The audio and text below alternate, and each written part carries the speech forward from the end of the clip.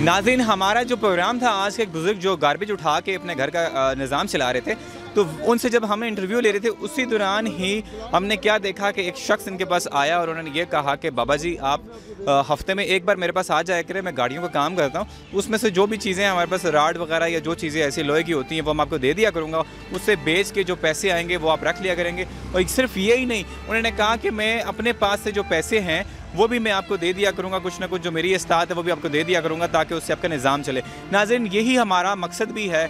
तो सर, आपने ये जो बात की दिखाने का सिर्फ यही हमारा मकसद था कि आपको देख के लोग सबक हासिल करें।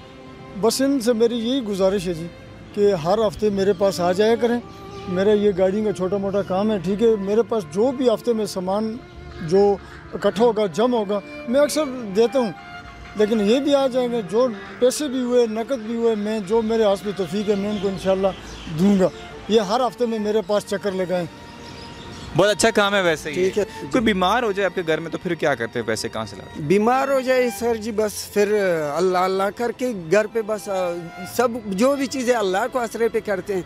कई बार मुझे घर वाले ने कहा कि हमारा दिल करता है कि हम उम्रा जाएं, तो आप जाओ इमरान खान के पास, वो हमारा सरबराह है, तो शायद वो मान ले।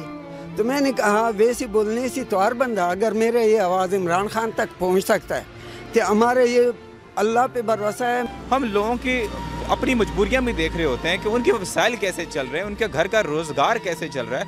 अब ये यहाँ पे रोड पे घूम रहे हैं, जगह जगह जाके वो चीज़ें ढूंढ के इनका ये सर्कल चल रहा है। तो क्या हमारी गवर्नमेंट बस इतनी अमाउंट भी नहीं है कि वो अपने ऐसे लोगों के लिए कोई ऐसा इदारा बना सके? जी, मेरा नंबर है 0347 63 35 501। मैं ये कह रहा हूँ कि मैं और मेरे घर वाले उम्रा करें। बस कोई भी हो इसी तरह। उस नगद पैसे उनसे नहीं चाहिए, सिर्फ इतना कि वो जाके साड़ा जो है ना पासपोर्ट और वीज़ा ये सब कुछ बनाए और सानू उम्रा भिजवा दे, बस। ज़बरदस्ती।